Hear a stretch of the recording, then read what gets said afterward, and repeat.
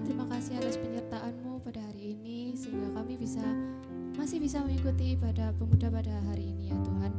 Engkau tolong berkati kami, urapi kami supaya kami bisa mengikuti setiap rangkaian ibadah ini dengan baik ya Tuhan.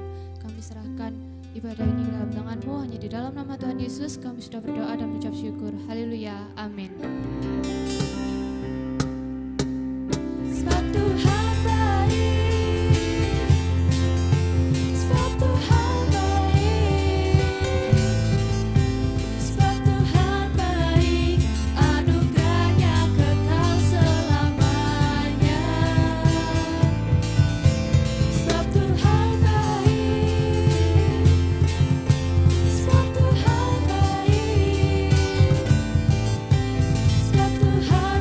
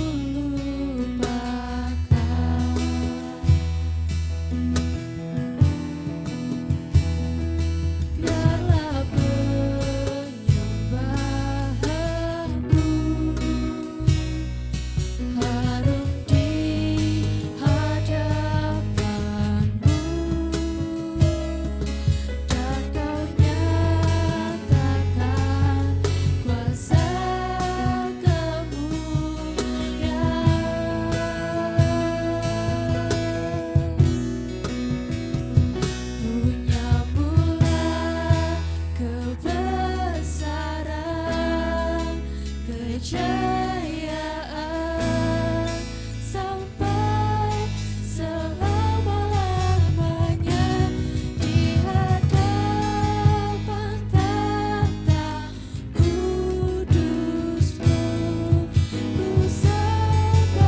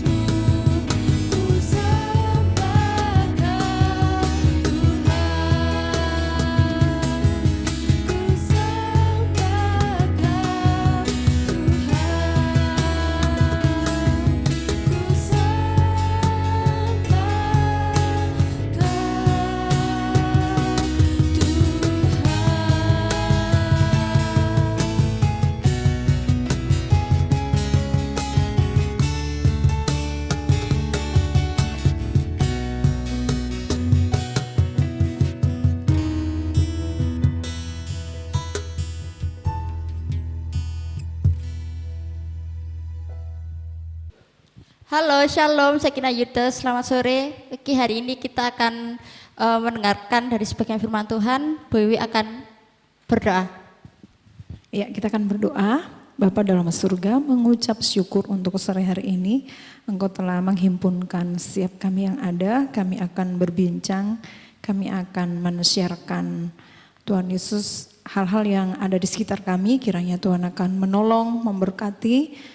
Dan apa yang boleh kami bicarakan ini boleh memberkati setiap kami yang ada. Kami tahu Engkau yang ada di tengah kami, sehingga Engkau yang akan memimpin pembicaraan kami dari awal sampai pada akhirnya. Dalam nama Yesus kami sudah berdoa dan mengucapkan syukur. Haleluya. Amin. Oke, selamat sore Tante, gimana kabarnya? Selamat sore, kabarnya baik dan penuh dengan sukacita. Puji Tuhan. Oke Tante, kita mau sharing tentang new normal nih Tante. Menurut Tante bagaimana tanggapan Tante tentang new normal saat ini? Ya, new normal kalau kita definisi daripada new normal itu adalah perubahan perilaku ya, untuk tetap melakukan setiap aktivitas tetapi harus mengikuti protokol kesehatan yang ada. Jadi kita tidak bisa bebas melakukan aktivitas yang ada, bebas sih memang kita masih melaksanakan kegiatan dengan bebas, tapi harus ada aturan-aturan yang harus ditepati gitu ya, aturan-aturan yang harus diikuti, seperti itu sih. Terus yang kedua nih Tante, apa saja yang harus kita lakukan di saat new normal ini? Ya, sesuai dengan protokol kesehatan yang ada ya, sesuai dengan protokol kesehatan yang ada, dengan adanya new normal, kita pada akhirnya memang hidup dengan virus itu ya, dengan virus yang ada itu. Jadi kita hidup berdampingan dengan virus itu. Dan kita harus, maksudnya supaya kita tidak, istilahnya tidak tertular dengan virus itu, ada banyak hal yang harus kita lakukan. Salah satu contoh yang protokol ajarkan buat setiap kita itu misalnya kita jaga jarak gitu ya.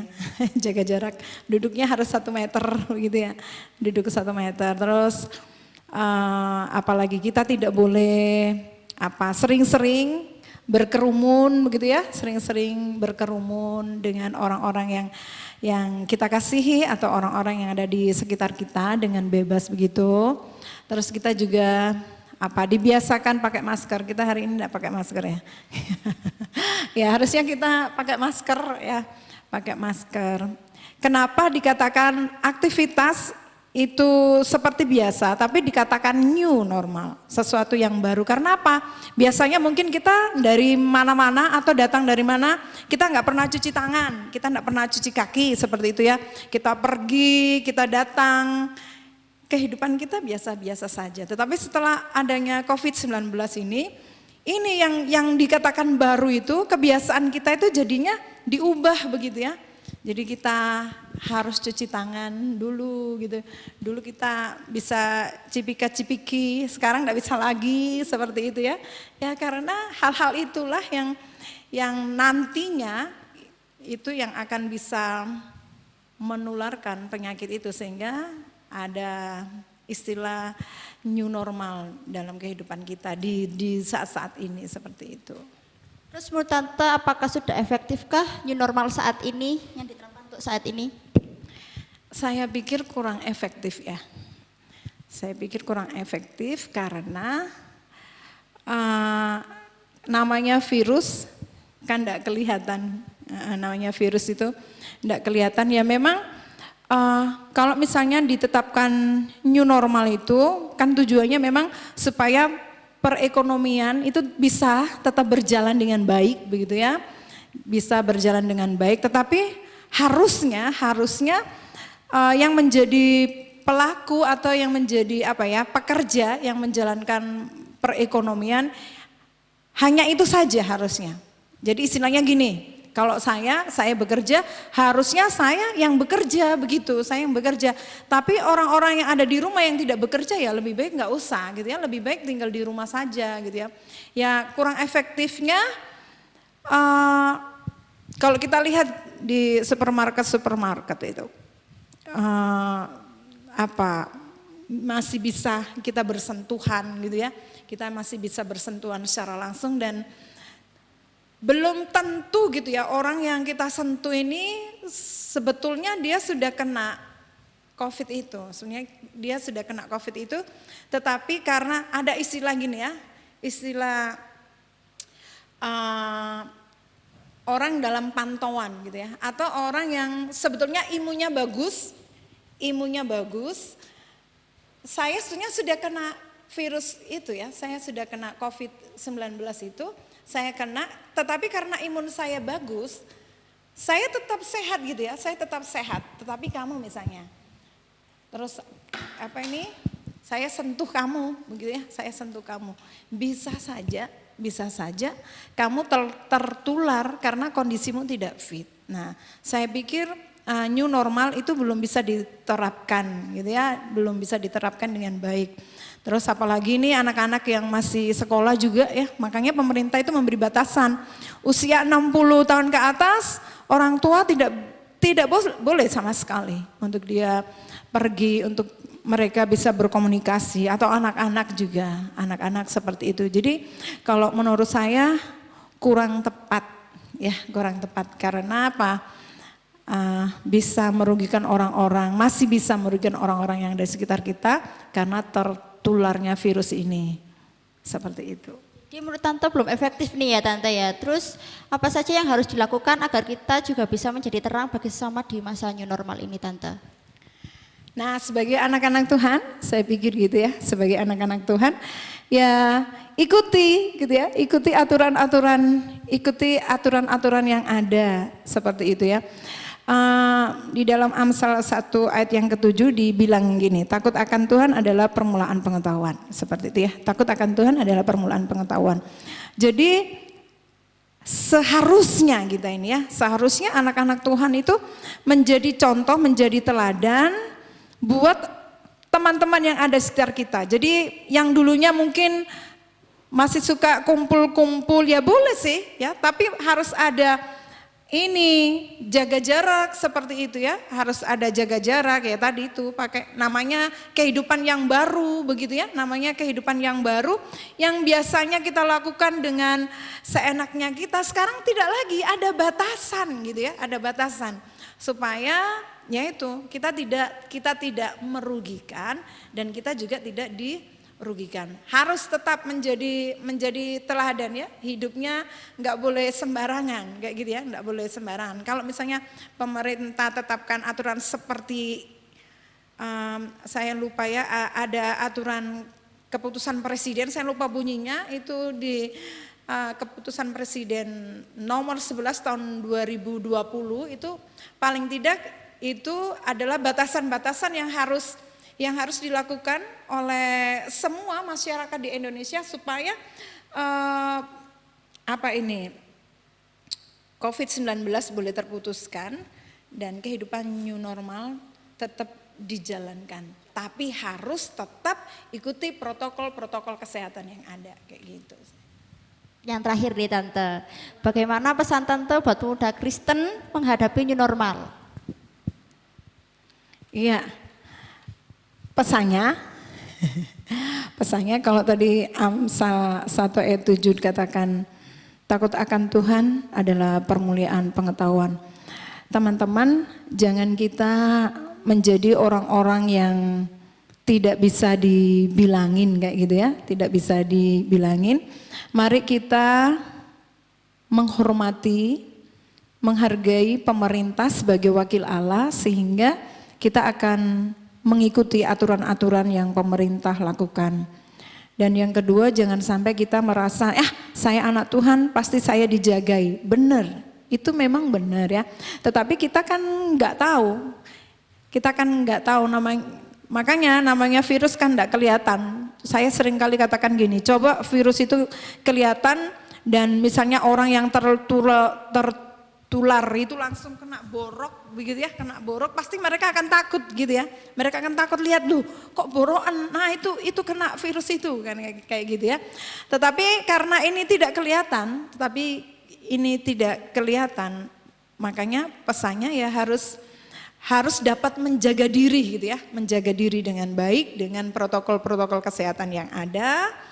Dan jangan berusaha untuk melawan, wis gak apa-apa, enggak bisa seperti itu ya, tidak bisa seperti itu, tetapi harus ikuti supaya kita juga, ya saya percaya sih kita ini pastilah dijaga oleh Tuhan, tetapi kita tidak boleh melanggar juga gitu ya, kita tidak boleh melanggar juga, ikuti aturan yang ada sehingga kehidupan kita ada perbedaan. Saya punya satu di firman Tuhan.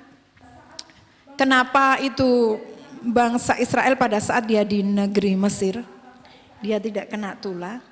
Alasan mereka tidak kena tulah, saya gambarkan COVID ini bisa saja itu sebuah tulah ya, sebuah tulah karena kesalahan, mungkin karena dosa-dosa yang telah dilakukan oleh bangsa kita atau bahkan seluruh keberadaan daripada bangsa yang ada di dunia ini. Kenapa bangsa Israel pada saat itu tidak kena tulah? Satu hal, karena dia taat. Karena dia takut kepada Tuhan. Tapi coba dia tidak takut, dia pasti kena tulah itu. Pada kematian anak-anak sulung, pada tulah yang ke-10, Tuhan itu ngomong kepada Musa. Harus percikan darah gitu ya, percikan darah di pintu-pintu. Seperti itu, tiang-tiang pintu itu. Seandainya ada bangsa Israel yang tidak taat untuk dia tidak menaruhkan darah sebagai tanda, ini adalah bangsa pilihan, dia pasti akan mati seperti itu. Kenapa? Itu terbukti sebelum Tuhan mendatangkan tulah pada saat bangsa Israel keluar dari tanah Mesir, Tuhan kan ngomong gini ya, pada saat bangsa Israel itu diberikan mana kan Tuhan ngomong gini, kamu ambil secukupnya untuk keluargamu. Tapi kan ada orang yang tidak taat. Tidak taat, dia berusaha untuk mencoba-coba, dia ambil berlebihan. Tuhan ngomongnya cuma secukupnya ya. Ngomong secukupnya tapi berlebihan. Apa yang terjadi? Busuk. COVID-19 juga seperti itu. Sebagai anak-anak Tuhan, mari kita gitu ya, mari kita menjadi teladan, mengikuti aturan-aturan yang ada meskipun Tuhan itu melindungi kita, kita percaya itu perlindungan Tuhan itu nyata atas kehidupan kita, tetapi kita tidak boleh hidup dengan sembarangan.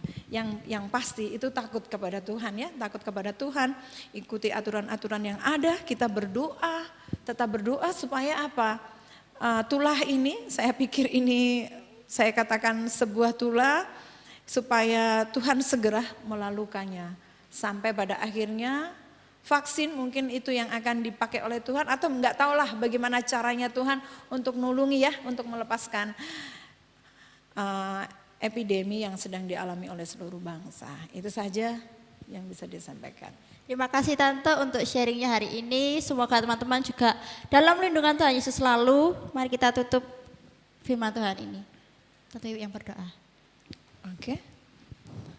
Tuhan Yesus, terima kasih untuk sore hari ini kami boleh belajar tentang kehidupan yang baru. Kehidupan di mana yang seharusnya kami bisa melakukan segala aktivitas dengan baik. Tetapi karena Tuhan izinkan ada COVID-19 sehingga kami harus mengikuti aturan-aturan yang pemerintah tetapkan supaya kami tidak tertular dengan penyakit itu, bahkan kami pembawa. Untuk itu Tuhan tolong kami sebagai anak-anak-Mu, anak-anak Tuhan mengikuti setiap aturan yang ada. Terlebih biarlah kami boleh mengandalkan Tuhan di atas hidup kami sehingga Tuhan tetap jagai, Tuhan tetap lindungi kami sehingga kami boleh tetap sehat dan kami boleh mempermuliakan Tuhan dengan tubuh kami.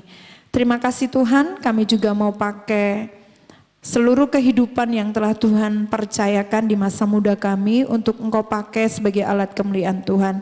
Karena kami tahu tubuh yang kami miliki adalah milik-Mu sebagai tubuh bait Allah. Untuk itu biarlah kami boleh menjaganya dengan baik sehingga tubuh yang ada boleh Tuhan pakai untuk menyatakan kemuliaan Tuhan di tengah-tengah bangsa ini.